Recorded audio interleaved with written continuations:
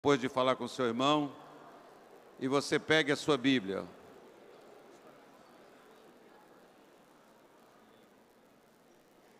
Amém. Não sente não, irmão. Eu acho que quando você tem comunhão, você não escuta, né? O pastor falou assim, não sente, pegue a Bíblia. Isso. Amém. Quem é que gosta de ter comunhão com o irmão? Gosta de falar com ele, dar um abraço? Isso é importante. Abra a sua Bíblia no livro de Atos. Atos dos Apóstolos.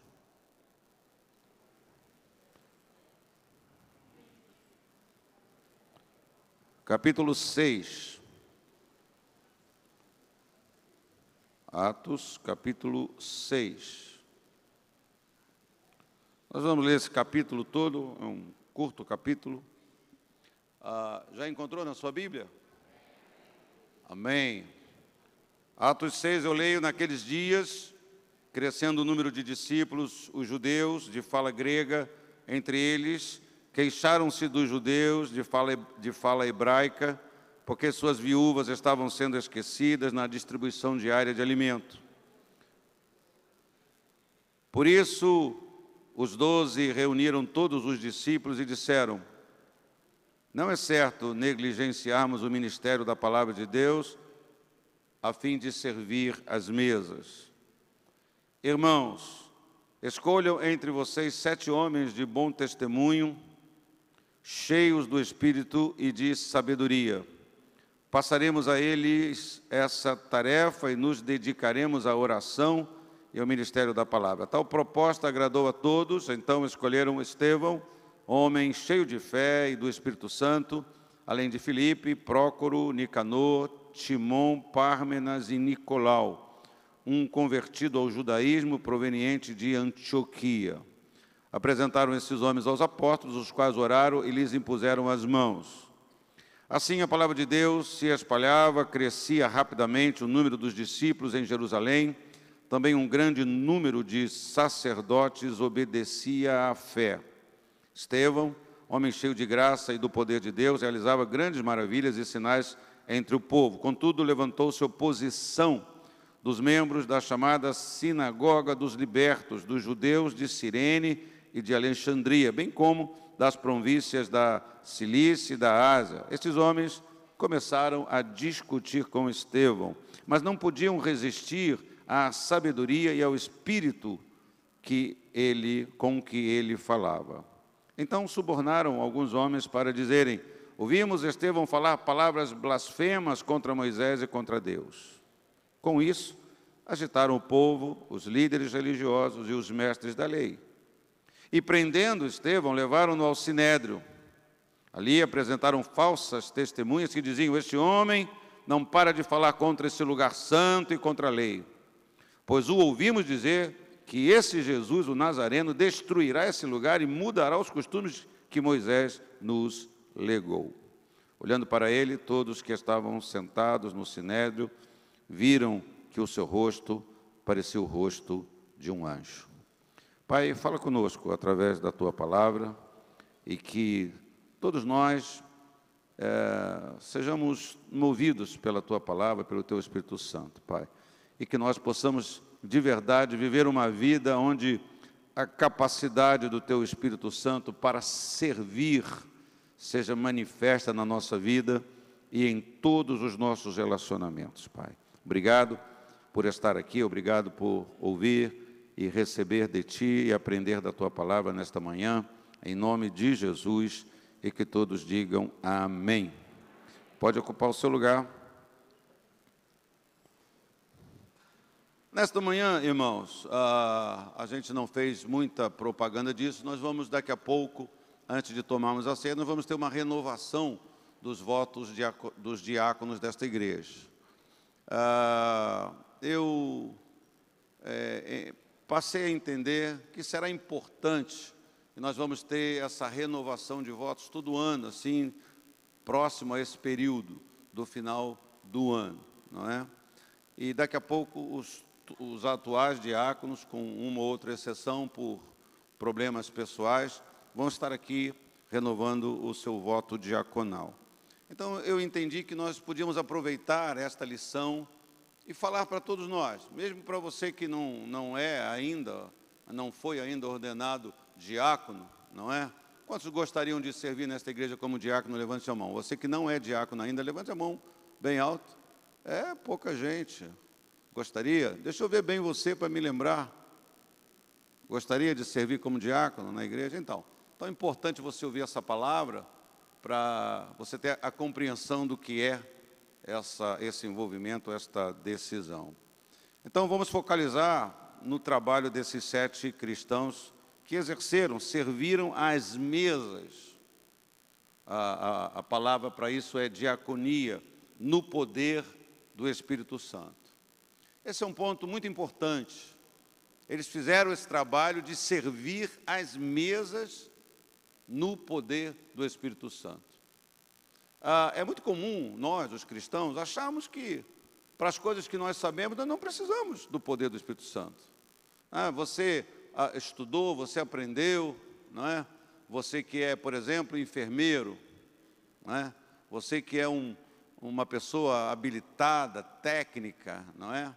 Então, maravilha. Aí a gente se consagra a Deus, mas você não fica ali agora, Espírito Santo, me ajuda a aferir a pressão. Você domina aquela técnica. Poxa, tem pessoas aqui que sabem servir, sabem receber uma pessoa, sabem como que trata bem uma pessoa que vai na sua casa, tem aquela capacidade, tem aquele cuidado. Então, servir uma mesa, não é? Parece que é uma coisa que... o pessoal estava criticando o nosso presidente eleito, você viu essa notícia, né? Porque ele recebeu lá uma pessoa importante, um assessor de segurança nacional do presidente, eu ia falar Bush, o Bush morreu, o Bush pai, do Trump, falei certo? Do Trump. E aí o pessoal estava criticando, porque estava caixinha de suco, estava bolo de fubá, estava aparecendo uma churrasqueira, o cara deu uma caneca de jequié para ele tomar o café. Então, houve aquela crítica que ainda o presidente, mesmo na casa dele, não soube servir uma mesa. Porque, veja, até para servir mesa, você tem que ter uma capacidade. No contexto dos discípulos, eles distribuíam, usando uma linguagem nossa, cestas básicas. Mas também era muita gente, que não podia ser feito de qualquer maneira, precisava de sabedoria, precisava de conhecimento. Então, é importante os diáconos e todos nós guardarmos esse ponto que muitas vezes passa. Eles exerceram, serviram as mesas no poder do Espírito Santo. Dentre eles destacamos o Estevão.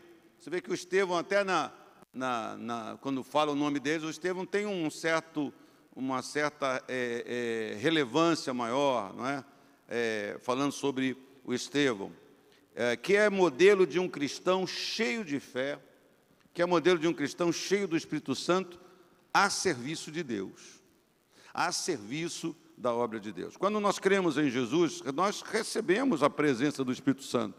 A Bíblia diz que é o Espírito Santo quem nos convence do pecado, quem nos convence do juízo. É o Espírito Santo que traz para nós aquela certeza que nós somos filhos de Deus, não é?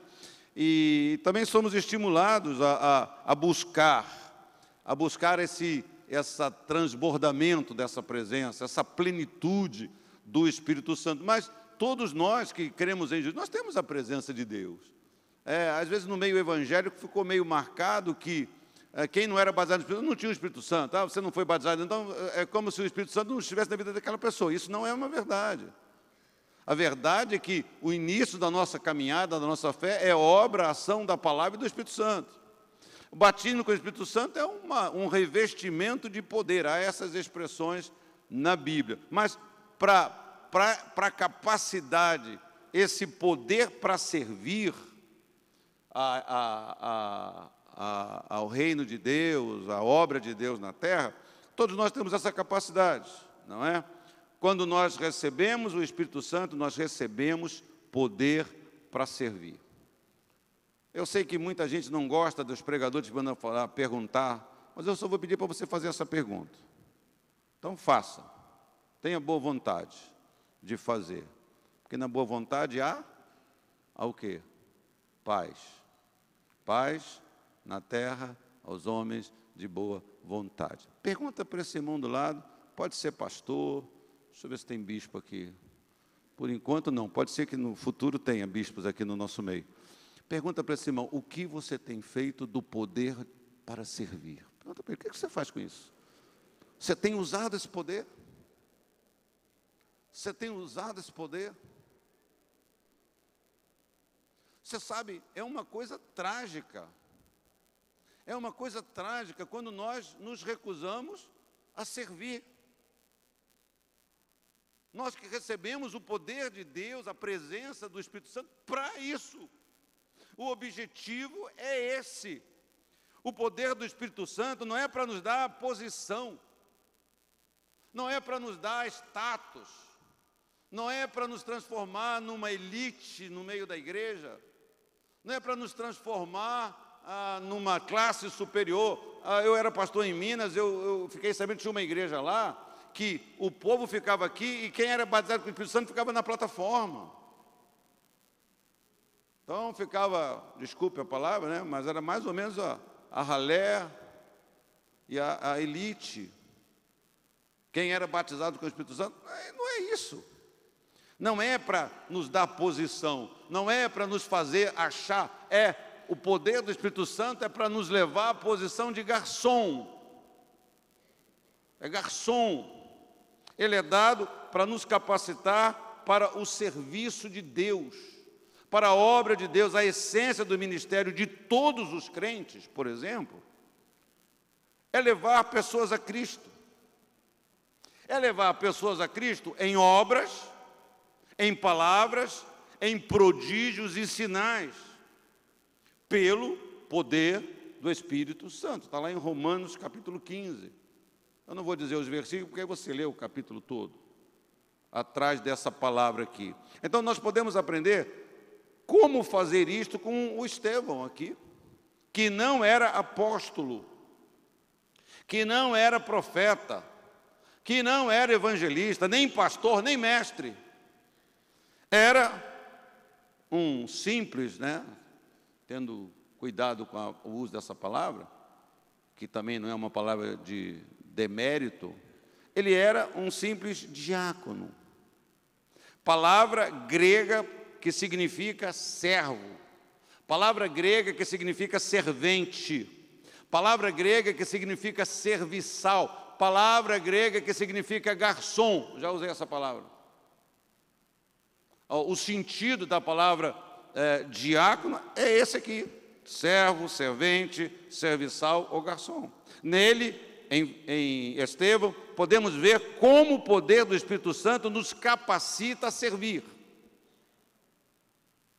Então, o Espírito Santo, ele nos capacita, ele nos dá poder para servir aos irmãos necessitados. A fonte de poder para servir os necessitados, irmão, não é faculdade de social, como é que é? Assistência social. Não. A fonte de poder para servir aos necessitados é o Espírito Santo. As pessoas encarregadas deste trabalho, Atos 6, 3, que nós lemos ainda há pouco, deviam ter 3 requisitos. Primeiro, deviam ser conceituadas na comunidade. Depois, elas precisavam ser sábias.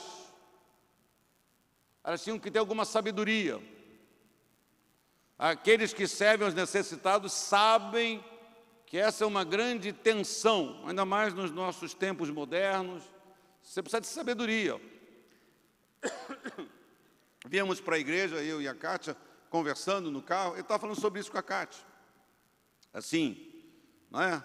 Que o sentimento, a empatia é fundamental. Mas isso não é a virtude maior para você servir os necessitados. A gente vive tendo dificuldades. Eu acho assim, nós temos que ajudar quem a gente pode, não é? Tem uma diferença, eu sempre penso nisso, tem uma diferença entre você, aquele que bate na sua porta, pede um copo d'água, você dá, você pode ter. Tem uma base nisso que é você, se você tem, não negar. Mas e quando você não tem? Quem tem esse revestimento do Espírito Santo para servir ao necessitado, ele sabe discernir quando ele não tem, que ele deve buscar a ter, ele deve se esforçar sem ter. Às vezes a gente serve por empatia, a gente pega algo que nós temos e servimos esse que não é para servir. E aí quando chega aquele que Deus envia, nós estamos sem ter aquele recurso. Não é? Não é o assunto, mas talvez nos ajude a isso. A gente sempre fica preocupado com alguns irmãos. Por que a gente crê na Bíblia? A gente deve aprender a olhar para as pessoas, os irmãos, e procurar entender certas coisas, né? Porque certas pessoas têm uma dificuldade sempre. Alguma coisa está errada com a pessoa. Alguma coisa... E às vezes o pior que a gente faz é ajudar.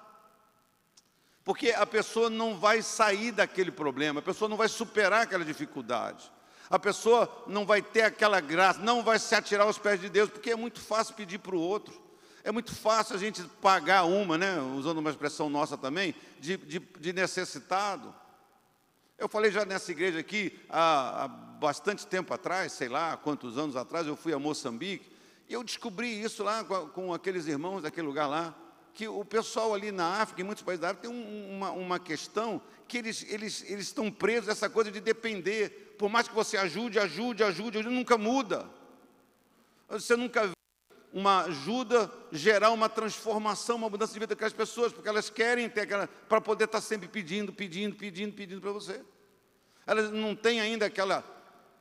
Claro que eu não estou generalizando, tem povo de Deus lá, mas assim, uma coisa de certos países, como a gente fala assim, né? Você não pensa que às vezes tem um cristão, não é problema, irmão. Eu já passei por vários problemas, várias necessidades materiais, de todas as ordens na minha vida. Não é isso, não é que o cara que passou por um problema tá mal. Aí tem Jó aí na Bíblia. Jó era um homem reto, íntegro, que passou por o que ele passou. Não é isso. Não é verdade? Não estou falando disso, mas você já pensou nisso? Tem irmãos que a vida inteira é assim. Alguma coisa está errada com o irmão. Não está errada com a Bíblia, não está errada com a palavra de Deus. Então, quando a gente vê, coitado, vamos fazer, a gente acha que está ajudando. A gente deve ser sensível também. Se você pode, ajuda, amém. Mas aí a frustração, às vezes, é você olhar e aquela pessoa não avançou. A ajuda não se transformou num empurrão, não se transformou num amparo, se transformou numa dependência. Não é? Eu converso muito com a Kátia essas coisas, porque a Kátia tem esse coraçãozão, ela já se meteu em algumas dificuldades na sua vida, na área mais nossa, de família, pessoal. Eu sempre falo para a Kátia, você chegar para uma pessoa e ajudar, é muito legal. Mas depois, como é que você faz para tirar ajuda? Né? Tu vai e assume um compromisso com a pessoa. Aí você vê aquilo andar e não andar. Aí você está lá. Geralmente, quem recebe certas ajudas não entende que aquela ajuda é uma que custa esforço. A pessoa acha que você está fazendo aquilo porque você tem muito. E às vezes não tem muito. Às vezes é uma coisa do sentimento. Aí na hora você vai chegar, meu irmão, desculpe, não posso te ajudar mais. Aí a pessoa vai te culpar pela tragédia dela de novo agora. Fulano deixou de me ajudar, agora eu estou numa situação desgraçada. Mas você não é crente, irmão. Mas você não serve a Deus. Mas você não obedece a palavra de Deus. Por isso que poder para servir aos necessitados, a gente precisa do Espírito Santo. Precisamos fazer isso, precisamos fazer sim. A igreja tem ação social. Amém, glória a Deus. Tem gente aqui na igreja, diácono, diaconisa nessa igreja, que tem uma capacidade do Espírito Santo, né? Tem essa paixão, amém, isso é tão importante e necessário para o sucesso, entre aspas, para o progresso do serviço da igreja em muitas áreas, mas as pessoas encarregadas de servir as mesas, eles tinham que ser conceituadas, sábias, cheias do Espírito Santo e espirituais no contexto de ser cheias do Espírito Santo. Servir aos necessitados, irmãos, é função não de diácono apenas, não do pastor, não, mas é função de toda a igreja. Já passou, já desviou você. Está falando dos diáconos, aí você, amém, isso mesmo, Jesus, usa esses caras aí, essa turma aqui que não faz nada, fica só posando na igreja de chefão, isso mesmo, pastor, fala. Mas servir aos necessitados é função de todos nós, irmão. Eu sei que hoje, eu espero que você tenha se lembrado, nós trazemos 1 quilo de alimento. Para quê? Para servir os necessitados da igreja, da casa de Deus. Então, essas pessoas que o texto fala, coordenavam esse trabalho e para isso receberam delegação de autoridade pela imposição de mãos dos apóstolos. Atos 6:6. O texto destaca entre eles o Estevão, homem cheio de fé e do Espírito Santo. Homem cheio de fé e do Espírito Santo. Estevão e seus companheiros eram agentes da justiça social na igreja. Eles eram agentes de justiça social, não é? Naquele momento da igreja, a igreja era muito perseguida, aqueles que tinham alguma propriedade venderam, podia ser que até a propriedade fosse confiscada, não é? Nas últimas eleições aqui havia muita especulação, se um partido tomasse o poder, que ia implantar um monte de coisa. Então houve muita especulação. Eu comecei a pensar assim, como é que eu vou vender a igreja? Meu pensamento nós temos que vender a igreja e distribuir o dinheiro para todo mundo, não é? Mas o contexto ali foi esse. Ninguém empregava os cristãos, então quem tinha uma propriedade vendeu, e esses homens tinham que fazer essa justiça social, socorrer o povo da igreja, prover para um, para outro. Não é? Hoje tem gente que é de fora da igreja, que quer vir para a igreja para a justiça, fazer essa justiça social na vida dele, mas nunca semeou R$1 na casa de Deus, mas quer chegar aqui e tirar, quer chegar na casa de Deus e tirar de onde não semeou. Né? E tem aqueles ainda que, não, tem que ajudar, a igreja tem que ajudar, a igreja tem que fazer isso. E tem, mas tem nesse contexto que eu estou compartilhando com vocês da palavra de Deus, não é? A Bíblia mostra como Deus tem cuidado especial das viúvas, dos órfãos, dos estrangeiros e dos pobres. Deus age através de nós para assisti-los, para assistir essas pessoas. Depois você pode ler Salmo 146. O testemunho dos cristãos primitivos era então um testemunho muito eloquente, muito audível, muito percebível pelaquela cidade, pelaquela comunidade toda, não só pela igreja. Os princípios praticados no Novo Testamento revelam a vontade de Deus para todas as pessoas. Segunda lição que nós devemos tirar é que esses homens, recebiam o poder para realizar prodígios e sinais. É interessante isso. Poder para servir as mesas, poder para distribuir alguma coisa, poder para garçom. Mas esse mesmo poder era poder para operar sinais e prodígios. Sinais e prodígios. Deus age através de pessoas comuns.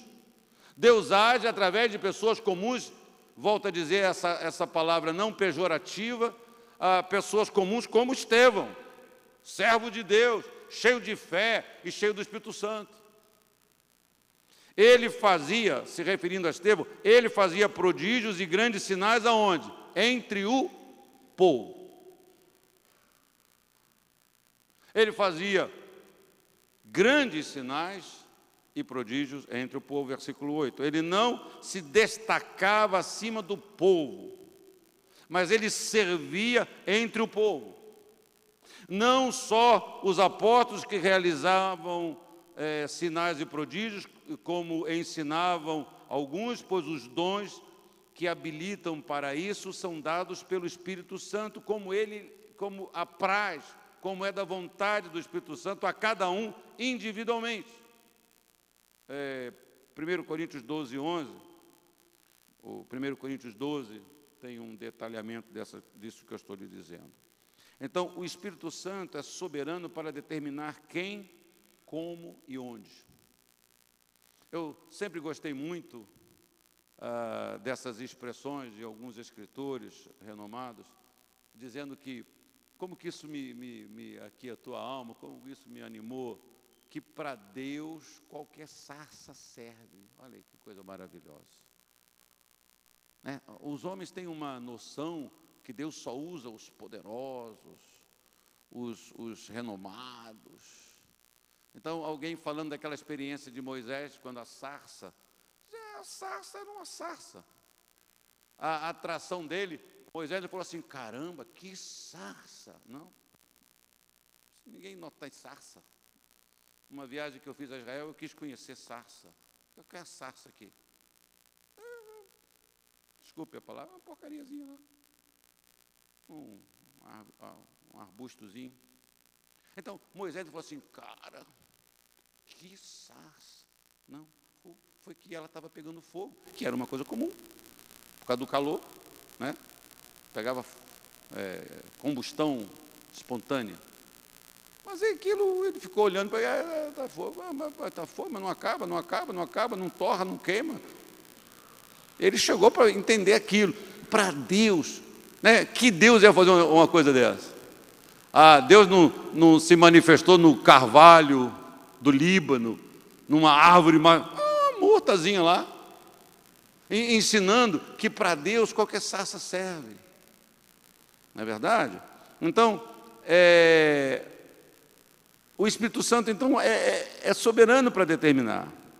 Sinais e prodígios, é certo isso, meus irmãos, que despertam os incrédulos.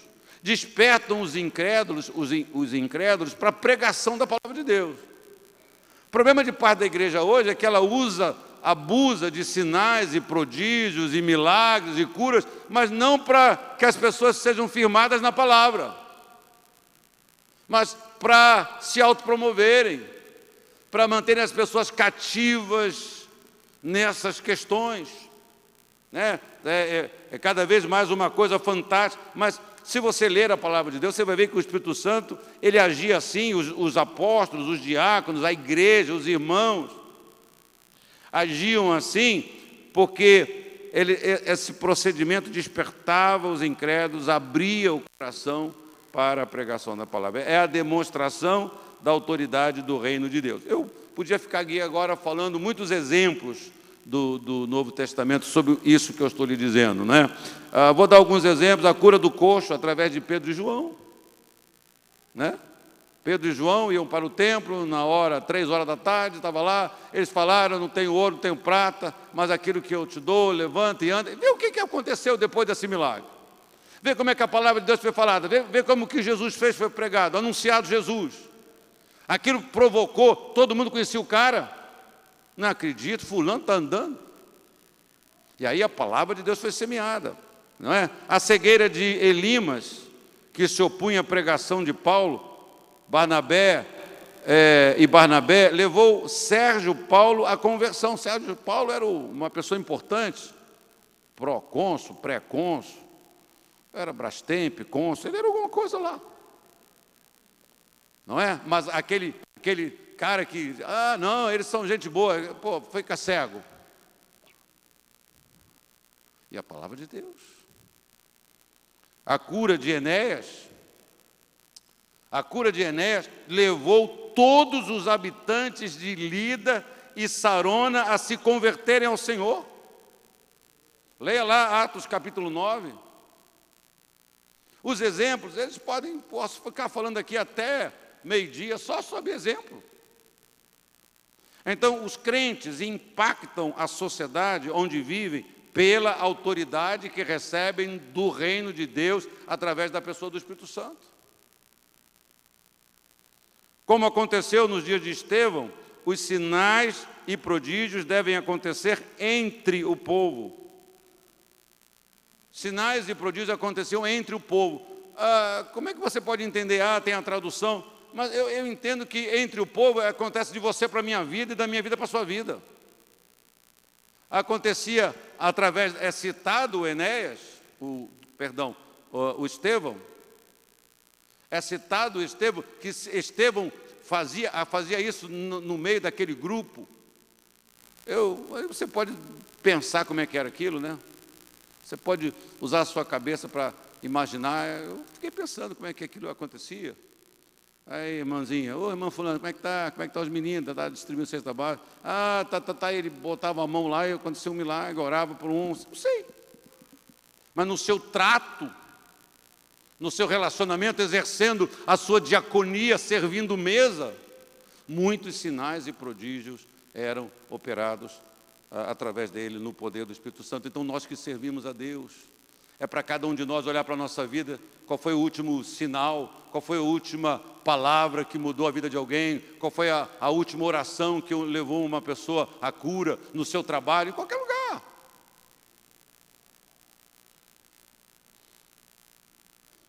Esses dons são dados para servir e para chamar a atenção para Jesus.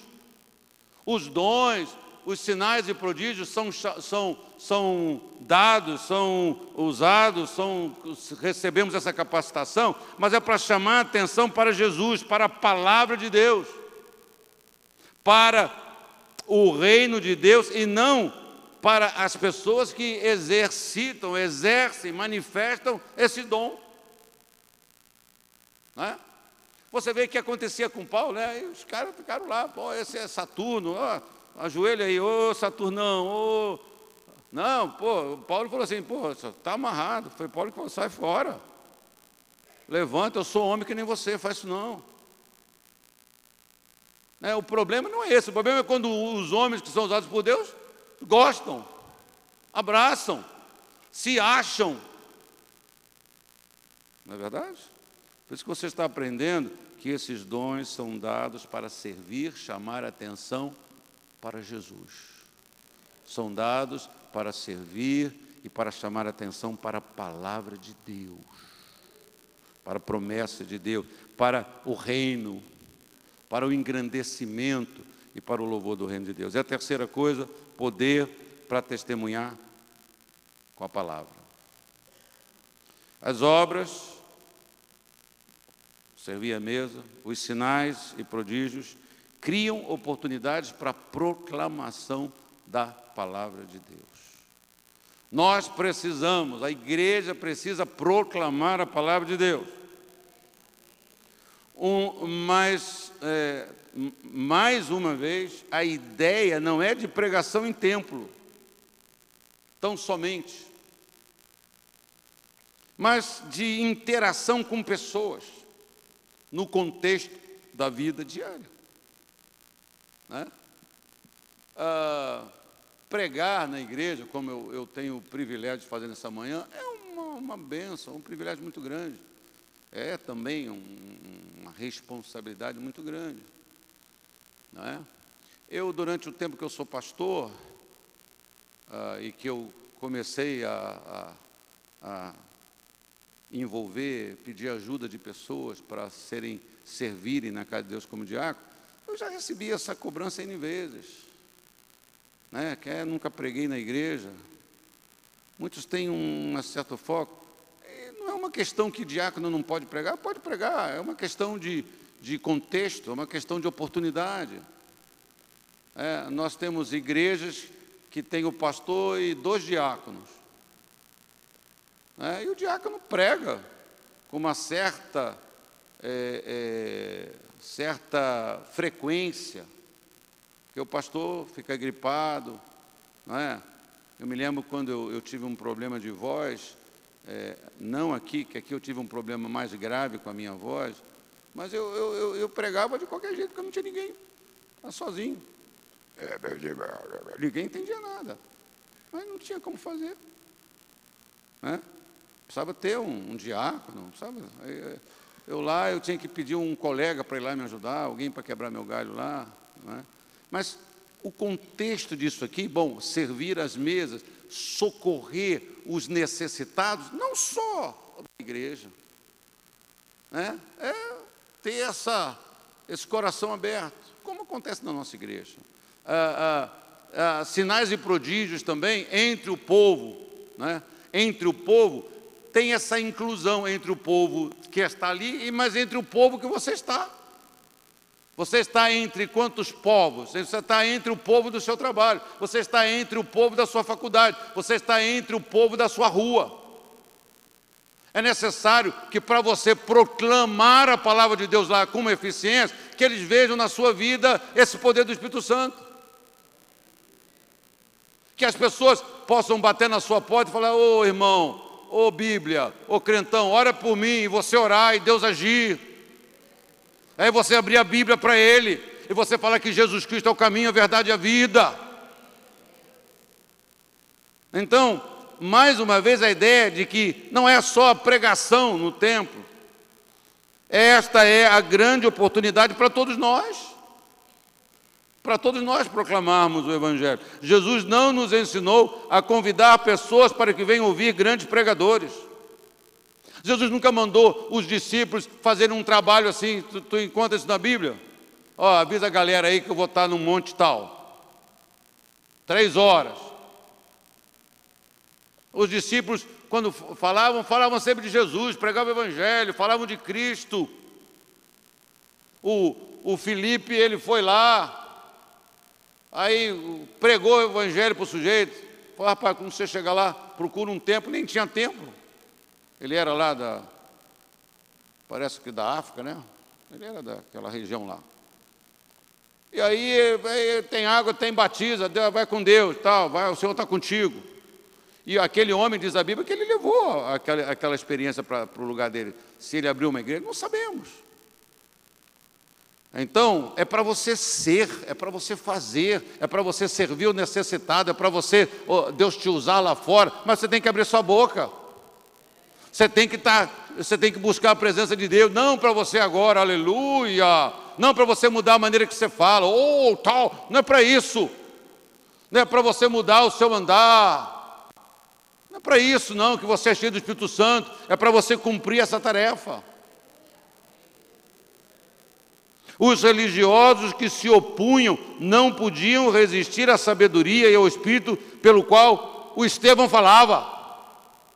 O pessoal do contra, ele mas eles não puderam derrotar aquilo, não puderam abafar aquilo. Foram cristãos comuns, dispersos pela perseguição, que levaram o Evangelho até Antioquia, cidade que se tornou centro de propagação, de irradiação do Evangelho para a Ásia e para a Europa. Você lê Atos capítulo 11 depois. Então, com a experiência de Estevão, nós podemos aprender como cumprir a missão da igreja através de obras práticas, diaconia, como nós podemos servir a mesa, ajudar, fazer alguma coisa, ter misericórdia de uma pessoa, visitar quem a gente não conhece. Quantos crentes vão no hospital, não conhecem a pessoa, mas chora, ora, pede a Deus: Senhor, tem misericórdia, como se fosse seu parente, como se fosse alguém da sua família. Essa obra do Espírito Santo. Então essa palavra tem esse objetivo de você ser incomodado, irmão. De você ser um pouco, olhar para você e falar: caramba, o que é que eu estou fazendo? O que é que eu estou fazendo? Não estou fazendo nada. Está vivendo uma vida egoísta, está vivendo uma vida só para você, está preocupado só em resolver os seus problemas, está nem aí. Use a sua fé, use a sua fé. Alguém fala para você: use a sua fé, meu irmão. Não quer saber. Às vezes, sem saber, a gente está declarando que não tem poder de Deus na nossa vida. A gente, sem saber, está declarando que o Espírito Santo não está agindo na nossa vida.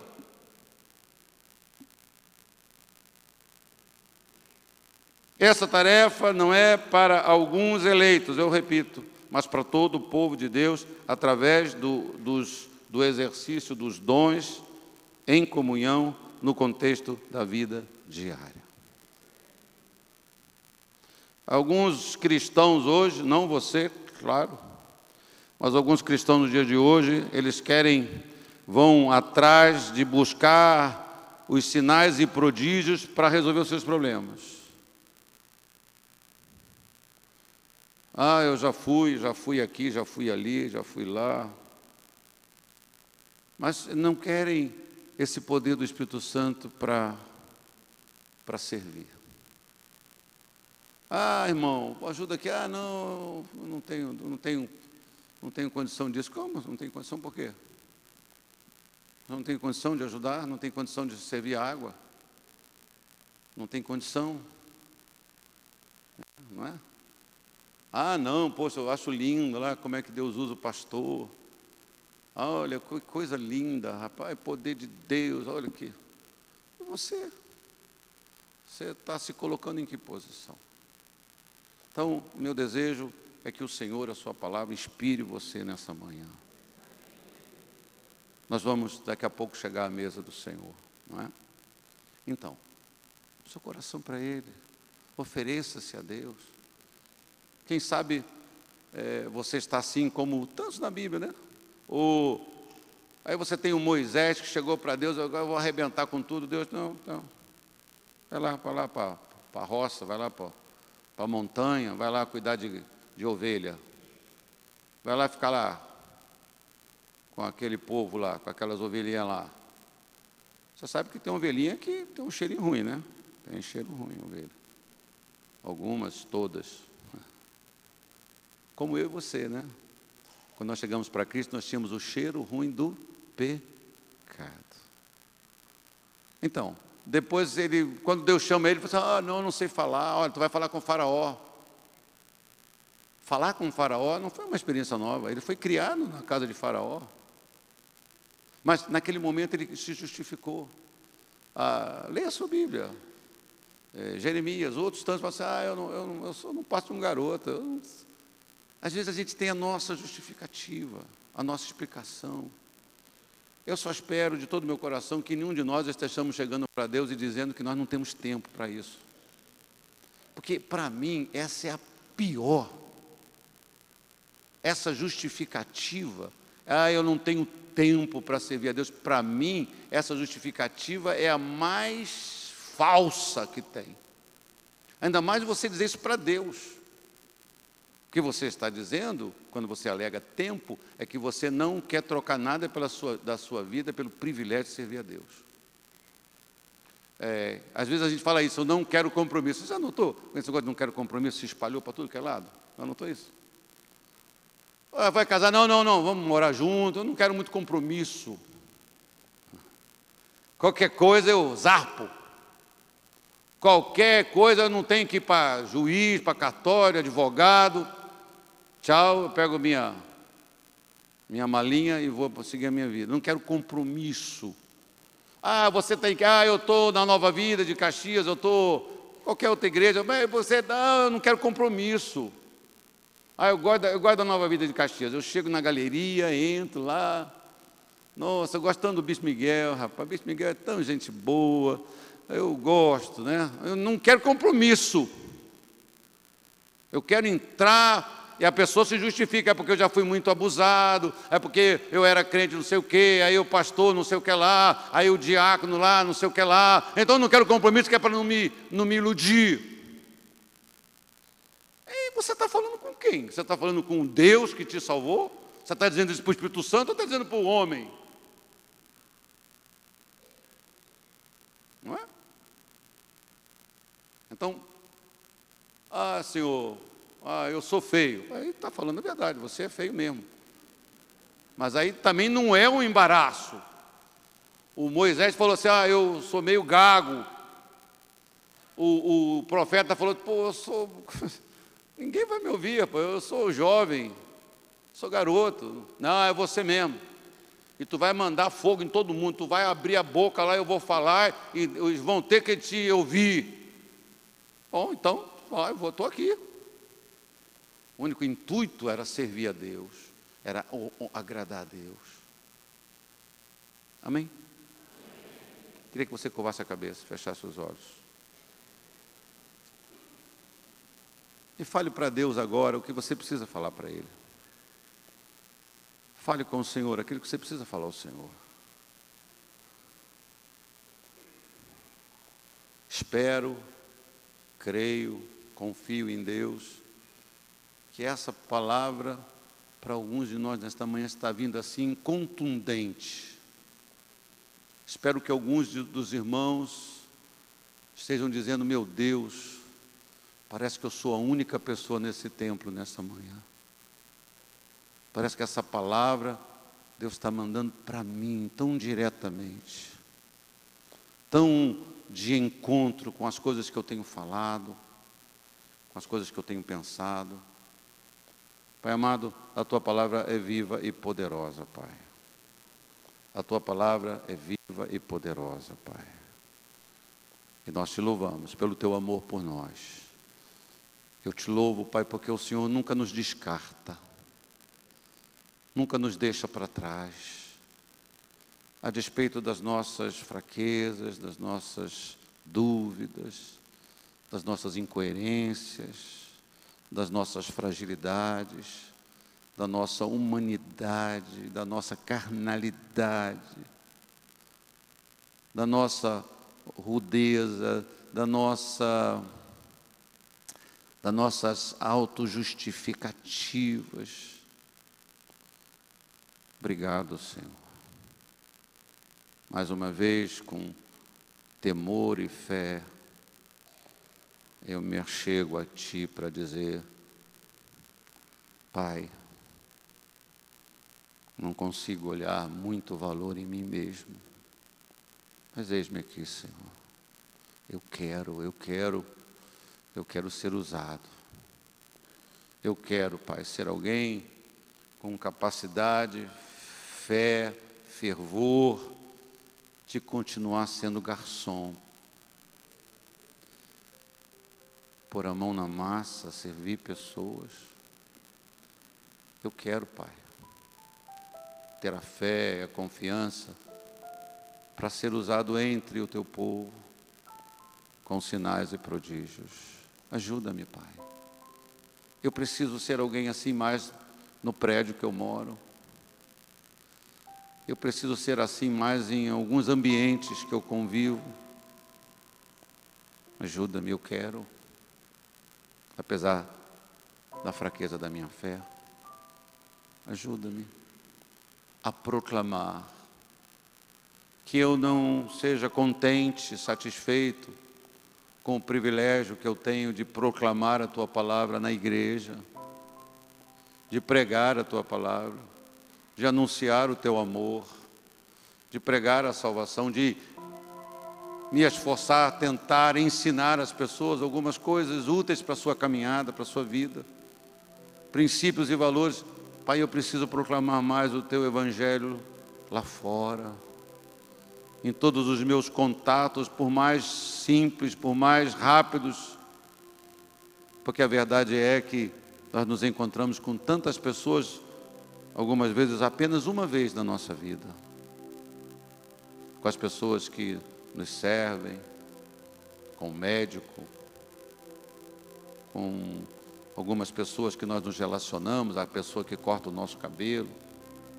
Ajuda-nos, Pai. Enche o nosso coração dessa verdade. Eu oro por mim e oro pelos meus irmãos. Eu peço que o Senhor nos ajude e nos fortaleça a todos. Em nome de Jesus. Em nome de Jesus. Em nome de Jesus. E que todos digam amém. Graças a Deus. Graças a Deus. Fala para o teu irmão assim, ó, vê como é que Deus te ama, irmão. Vê como é que Deus gosta de você. Vê como é que você é importante para Ele. Ele não aceita que você fique de fora. Ele quer você com Ele. Ele quer você perto dEle. Ele quer você servindo a Ele de todo o coração. Amém? Antes da ceia, nós vamos proceder à renovação dos votos.